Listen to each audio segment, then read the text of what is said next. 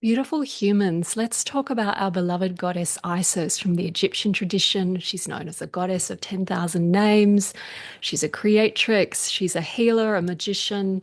She has some amazing stories and teaching myths that are associated with her. There's some aspects that feel so relevant for our lives and our world today, even all of these years later. So, one of those perhaps one of the most compelling is her ability to create alignment between heaven and earth. So her story, her unfoldment of her mission and her destiny really happened when everything was going wrong, when these rising forces of evil, of greed, of chaos and disruption and lack of compassion were raging through the kingdom that had previously been held in her custody with Osiris and were grounded really on rules of love and dignity and respect. So that was completely overthrown. And her response to that was a series of experiences and journeys where she became part of the process of how that was overcome and restoration or realignment with justice, with dignity, with respect, with harmony, with love was actually accomplished. That's all of her story. If you want to learn more about that, I've created a festival. It's the ISIS 888 festival that celebrates her and goes into a lot of these different stories. But I want to share something with you today, including a little bit of understanding about her and a mantra that I've come up for you. I've come up with it for you to use to connect with Isis. It's based on Egyptian and it's a way for you to bring her into your space. So it's something that you can use really easily. So I'll share that with you and what it means.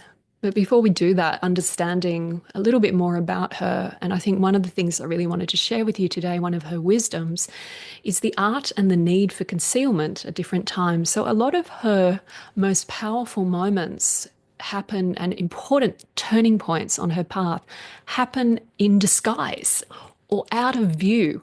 It's not happening in a public space. The effect is very powerful in the public space, but the actual action itself takes place under the cloak of either secrecy or darkness. In a world that's so obsessed with transparency, even sometimes when it's not wise, putting everything out there straight away, feeling maybe suspicious if someone wants to keep something close to their chest, feeling maybe disinterested if there's privacy rather than complete exposure. We need to be careful that we retain our wisdom of working with darkness and concealment in a kind and sensible and ultimately beneficial way, not only for ourselves, but for everyone.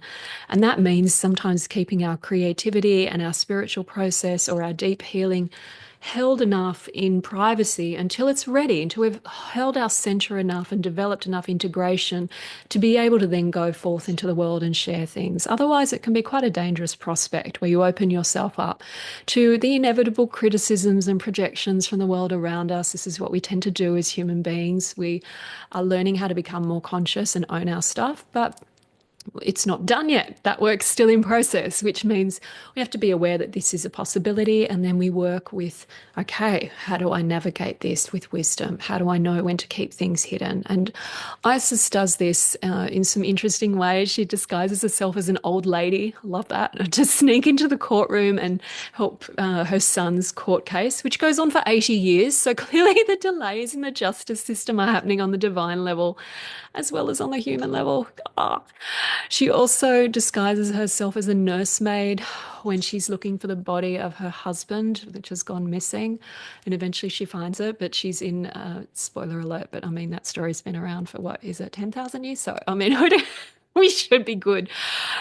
So she has this sense of assuming disguise, and beings don't always know who she is, but it's necessary for her to be able to move freely and do what she needs to do. And then, probably her most important work, this conception magic that actually happens in the realm of the dead. So she literally brings life from death, which is incredible when you think about it. So there's this quality of bringing energy where there was none, of restoring and undoing the effects of crisis in our lives, in our world, in our hearts, in our souls, the things that have shattered us, that seem just completely unjust and need to be brought into alignment. This is her love, this is her creativity, this is her empowerment. And she does this in a way that is leaning into all of her resourcefulness and cunning and at times trickery, but it's always coming from a place of love. So I think there's something very special and empowering about her and her presence in our lives. And so if you're feeling you're kind of drawn to her and you'd like to learn more about her, as I mentioned, I've got this program that you could explore if you want to, but I also want to give you something now that you can just use in a very easy and accessible way. So it's a short mantra. It's based on what we think ancient Egyptians sounded like. We're not completely sure. We can make a kind of educated guess. And there's three words, and the first word is Orset, which is just the Egyptian version of Isis, the word Isis. And then the second word is Sa, and this is about protection. So normally it's associated with like a knot. You might think of the sacred circle with a knot. So it's securing a space. I like this because it relates a little to the buckle of Isis, which is like a belt, or the knot of Isis, it's sometimes called, which is a specific protective talisman associated with the goddess. But today we're going to use a very general idea of this protective knot or space. And then Seshen, which relates to the lotus. So in Egyptian iconographies, the blue lotus is associated with divine offering, amongst other things. So, this sacred flower, this knot of protection, and the name which was considered so powerful in ancient Egypt, to know the true name of someone or something was considered a symbol of power over them. So, there was again this idea of this understanding of what things should be kept secret and what things should be shared. It's very different to modern views on these things, and it's got a wisdom in it that I think can be very protective without us needing to get into paranoia or anything like that. It's just wisdom. That's all. So this mantra together, when we put it together, sounds like O Set Sa Seshen, O Set Sa Seshen, O Set Sa Seshen. And what we're doing in that moment is saying, Beloved Isis, protect this divine space. This is an offering. So we're really aligning with her, we're making that connection, and we're having this sense of dedicating. So it's not just about what we're getting, it's also we want to give. So we're saying to the divine, bring your beauty and your energy and all of your gifts to me. I will work with them in the best way that I can, and I will give something with all of that you give to me. You give me the gift of this life. Let me be generous in what I do with it as an offering of thanks in return. It's basically that, but connected with this beautiful ancient Egyptian goddess that I believe is still with us very much so beyond time and space in this moment. If this is something that's been calling to you, if you wanted to connect with her, I hope that this helps you do so. May your divine journey unfold with grace. May all that you want and need come to you in the most beautiful and blessed ways for the benefit of all beings. So be it, dear one.